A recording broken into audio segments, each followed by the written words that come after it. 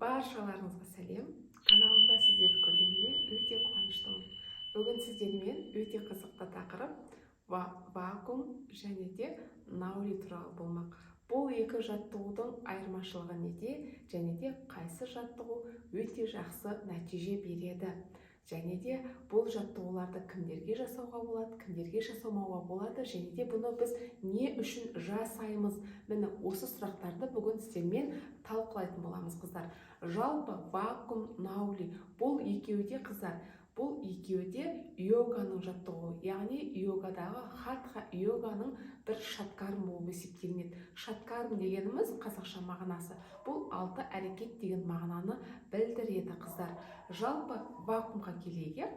Вакуум бұл удьяна бандха деп аталады. Негізінен көбінесе фитнес тренерлер вакуумның атын баламалап вакуум деп атап кеткен. Негізінен оның түпкі мағынасы, түпкі аты удьяна бандха деп аталады, қыздар. Яғни удьяна бандханың қазақша мағынасына келетін болсақ, ол іштің ішіндегі құлып деп аталады. Сіз ішіңізде ешқандай ауаның барлығын шығарып, іште ауа қалмайды. Сол іште ауа қалмағаннан кейін сіз барлық замоктарды, яғни құлыптарды жауа отырып, іште вакуум создавать етесіз. Міне осыдан да ол вакуум деп аталып кеткен, қыздар. Жалпы бұл вакуумды жасаған кезде біз негізгі мән беретін 3 құлып бар. Олар муладхара бандха, жаладхара бандха және де удьяна бандха деп аталады, қыздар.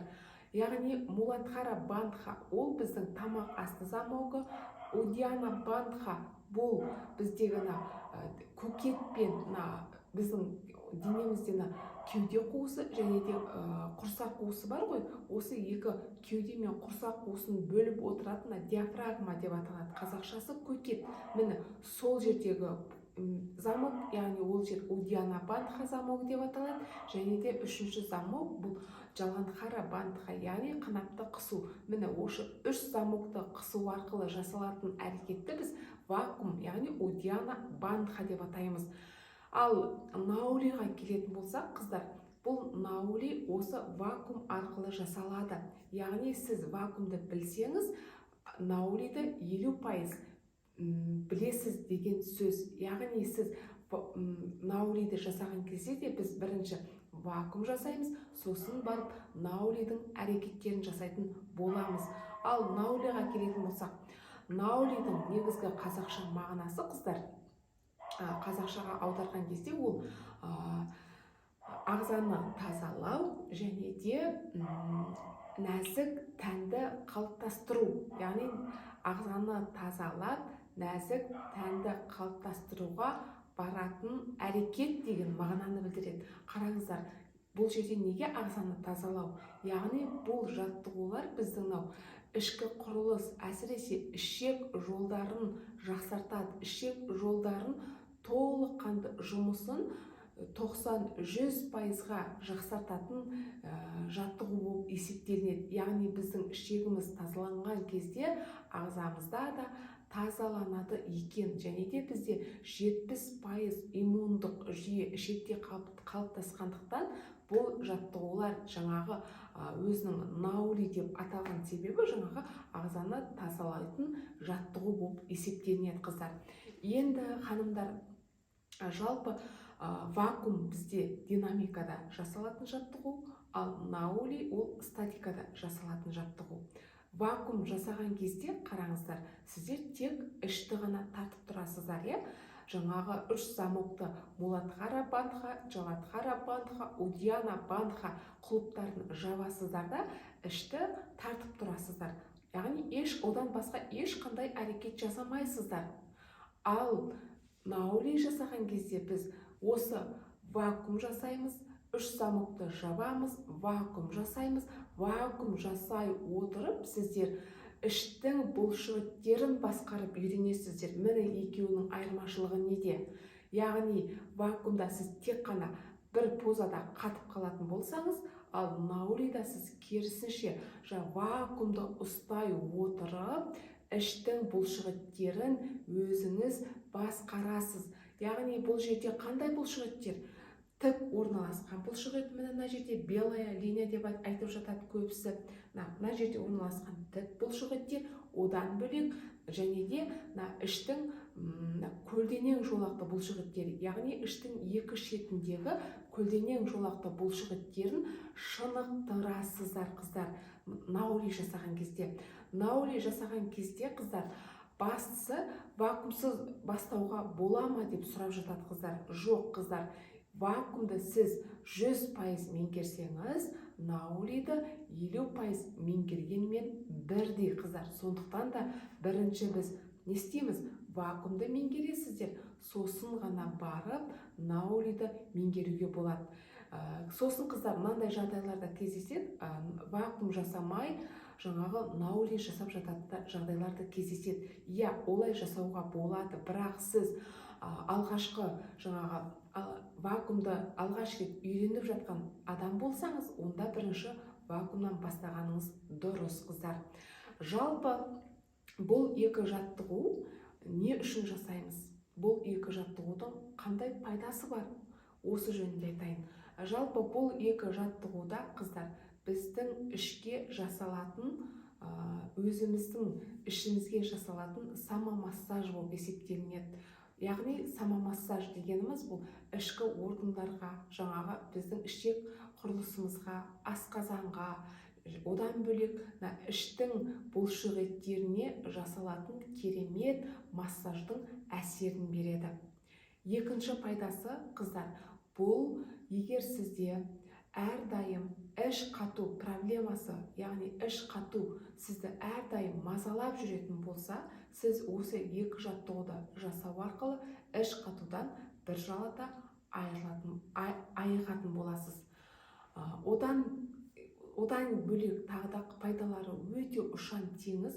Бұл жаттығулар гормондардың жұмысын реттейді. Егер сізде әр ай сайын етеккір циклы ауырсынып, өте бір жатып қалатындай бір етеккір циклы, етеккір келген кезде қатты ішіңіз ауырып, сондай бір ауырсыну сезімі, бір кейбір қыздар болады, диванға жатып қалады жаңағы етеккір келген кезде. Егер сондай жағдай болатын болса, сізге міндетті түрде бұл жаттығуды жасау керек. Себебі бұл жаттығулар біздің жыныс гормондарының жұмысын реттейді. Жыныс гормондарының жұмысы реттелген кезде сіздерде етеккір ешқандай ауырсынусыз, кейде етеккірдің келгенінде байқамай қаласыздар қыздар. Яғни бұл жыныс гормондары, әсіресе эстроген гормонының жұмысын жақсартады, реттейді. Одан бөлек қыздар, бұл жаттығу көп қыздардың жасайтыны, яғни арықтауға көмектеседі. Шын мәнінде көмектесетін жаттығу. Бұл жаттығулар біздің іштің бұлшық еттерін шынықтырады, іштің бұлшық еттерінің тонусын жақсартады, тереңде орналасқан висцералды майлардың ыдырауына көмектеседі. Осының әсерінен сізде іштің көлемі кішірейе бастайды қыздар. Міне осыдан да сізде не істейді? Арықтау процесі басталады. Тағы да бір пайдасы қыздар, менің өзімнің практикамда болған, бұл вакуум және де наули жаттығулары бұл тыныс алу практикасы болып есептелінеді. Сіздің өкпе каналдарын, өкпеге баратын тыныс алу жолдарының каналдарын ашады, өкпеңізді ашады қыздар. Яғни, егер сізде мысалы астма болатын болса, өзімнің практикамда болды кезінде, бір қыз жаңағы астма болып, осы вакуум курсыма қатысты, бірақ ол маған ескерткен жоқ, астмасы бар екенін. Уже 2 аптадай жасағаннан кейін маған жазып отыр. Мен сізге өте үлкен ризашылығымды білдіремін, себебі мен әрдайым қалтама жаңағы астматиктердің өздерінің дозаторлары болады ғой, сондай дозаторды қолданатын едім дейді. Осы бірінші алла, екінші осы жаттығудың арқасында 1 апта болды. Мүлдем дозатор қолданбай жатырмын деп жатыр. Яғни бұл осыдан өздеріңіз тұжырымдай беріңіздер. Яғни бұл жаттығу тыныс алу практикасы болып есептелінеді. Одан бөлек тағы да пайдасы қыздар, бұл жаттығу ағзаны тазалайды. Егер сіз таңертең денеңіз ісініп тұратын болса, аяқ қолдарыңыз ісініп тұратын болса, сіздерде лимфа жүйесі тұйықталған болса, бұл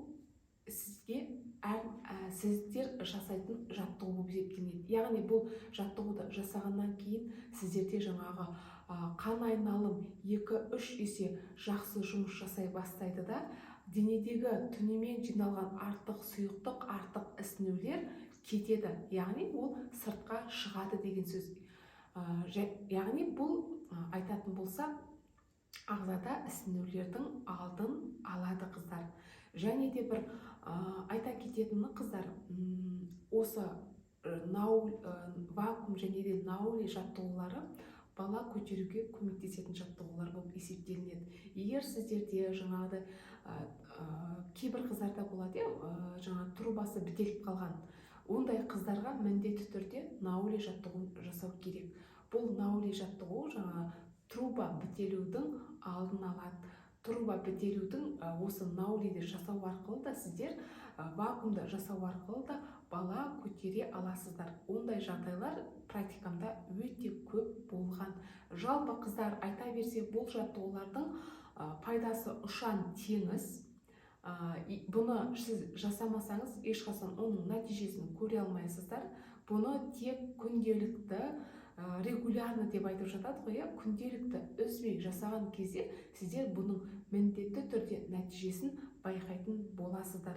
Менің өзім тәжірибемде 4-ші баламды босанып келгеннен кейін менің ішім 86 сантиметр болған.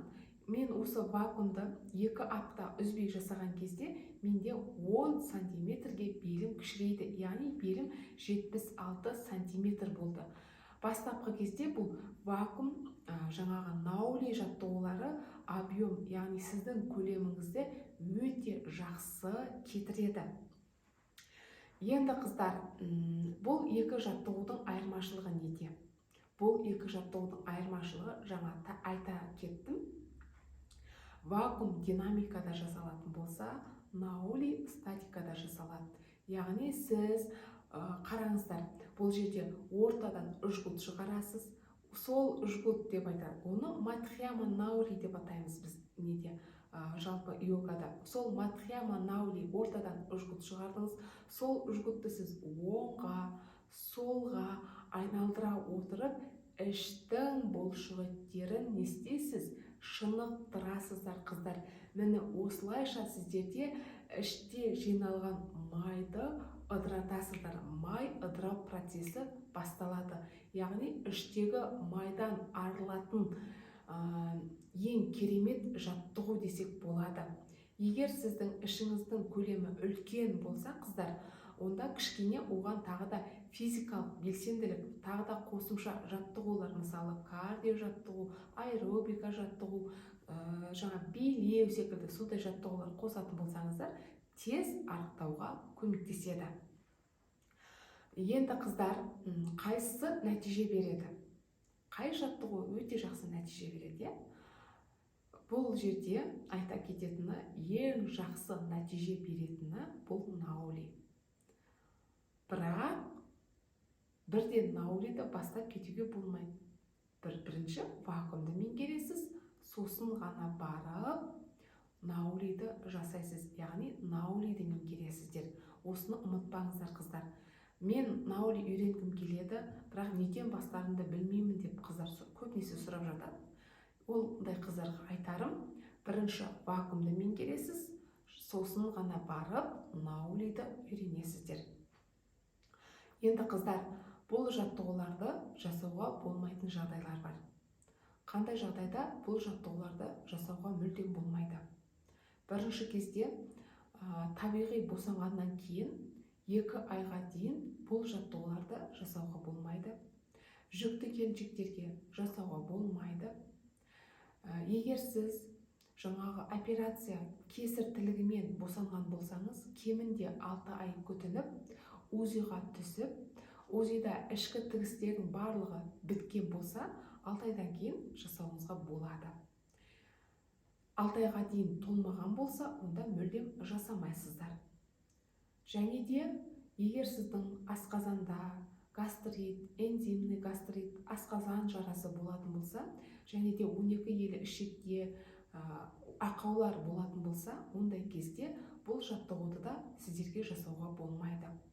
Өтте, бүйректе, тас бауырда, киста болатын болса да, өкінішке орай бұл жаттығуларды жасауға болмайды. Себебі өттегі тасты жылжытып жіберсе, сіздерде приступ ұстап, сол жерде келеңсіз жағдайлар болуы мүмкін қыздар. Сосын бұл жаттығуды давлениесі, яғни қан қысымы жоғары адамдарға жасауға болмайды.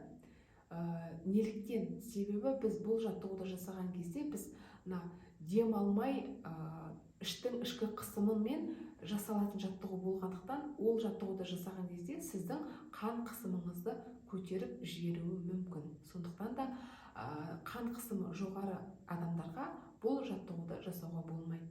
Тағы да жасауға болмайды тахикардия, жүрек әлсіздігі кезінде де бұл жаттығуларды жасауға болмайды.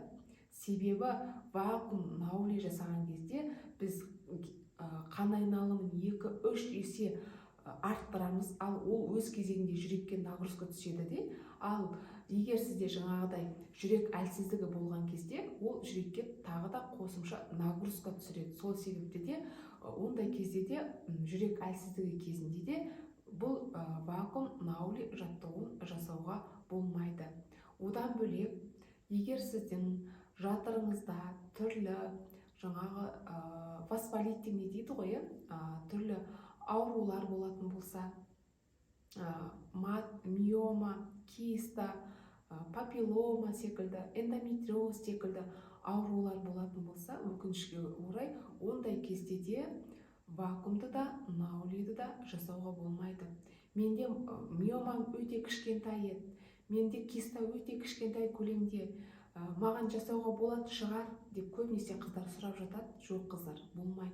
Неліктен? Себебі бұл жаттығулар жатырдың қан айналымын 2-3 есе арттырады. Жатырдың қан айналымы 2-3 есе арттырған кезде сіздегі жаңағы миома кейде өсіп кетуі мүмкін.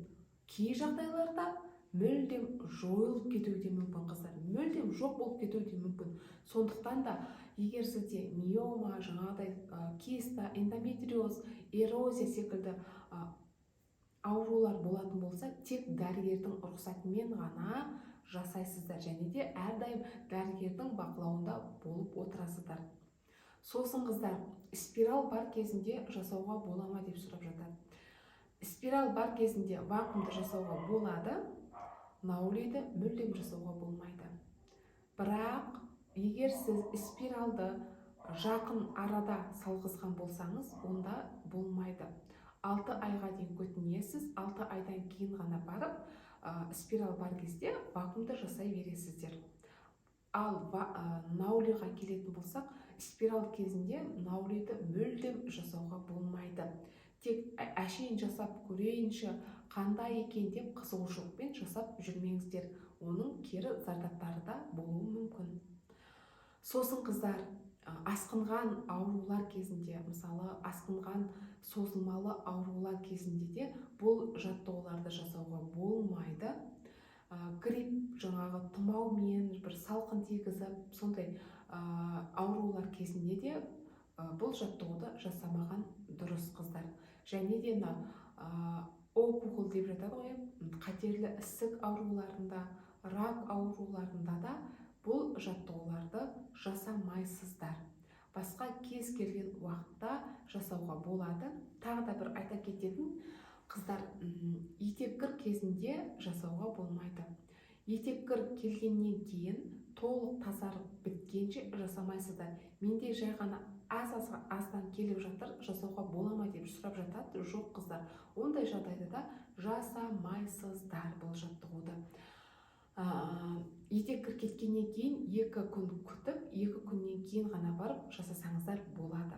Тағы да бір мен ұмытып бара жатырмын қыздар, бұл жаттығу бізде жатырдың төмен түсуін алдын алады. Бұны профилактика ретінде кез келген әйел қыздар жасау керек жаттығу. Себебі біздің ешқандай нагрузка жасамағанның өзінде жердің гравитациялық күшінің әсерінен біздің ішкі органдарымыз жерге қарай төмен түсе бастайды қыздар. Яғни төмен түсе бастайды. Ол өз кезегінде жатырдың төмен түсуіне алып келеді. Ал жатырдың төмен түсуі өзінің стадиялары бар. Бірінші, екінші стадиясында сіздер осы жаттығулардың көмегімен жатырдың жоғары, яғни көтере аласыздар, өзінің орнына қоя аласыздар. Ал үшінші, төртінші стадияларында өкінішке орай бұл жаттығулар сіздерге көмектеспейді. Сондықтан да бұл жаттығуды тек арықтататын, тек ішті кетіретін жаттығу деп қарамаңыздар. Бұл жаттығуды денсаулыққа жасалатын профилактика ретінде жасасаңыздар, бұл сіздерге өз кезегінде міндетті түрде жақсы нәтижелерін көрсететін болады. Жалпы қыздар, бұл жаттығулар әйел ағзасына өте пайдалы. Бұны күнде жасап тұруларыңыз керек. Көп уақыттарыңызды алмайды. Бастапқы кезде, үйренген кезде 20-30 минуттарыңыз кетуі мүмкін. Бірақ үйренгеннен кейін ары барса 5, одан ары барса 10 минут қана уақыттарыңыз кетеді. Қайта сіздер өздеріңіздің денсаулықтарыңызды өте аурулардың алдын алатын боласыздар. Сондықтан да бұл жаттығуды әрбір қыз келіншек жасауы керек.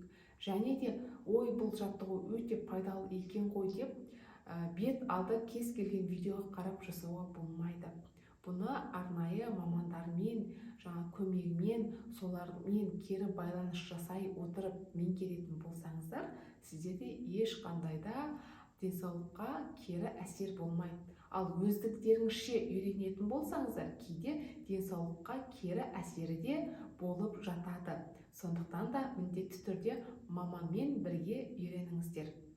Ал қыздар, мен осы айтқан видеодағы ақпараттар сіздерге пайдалы болса, мені қолдап кетіңіздер. Лайк басып, каналыма тіркелуді ұмытпаңыздар. Тағы да қандай тақырыпта видео түсіргенді қалайсыздар, комментке жазып кетсеңіздер, міндетті түрде сол тақырыпта сіздерге видео шығаратын боламын. Сау, саламатта болыңыздар.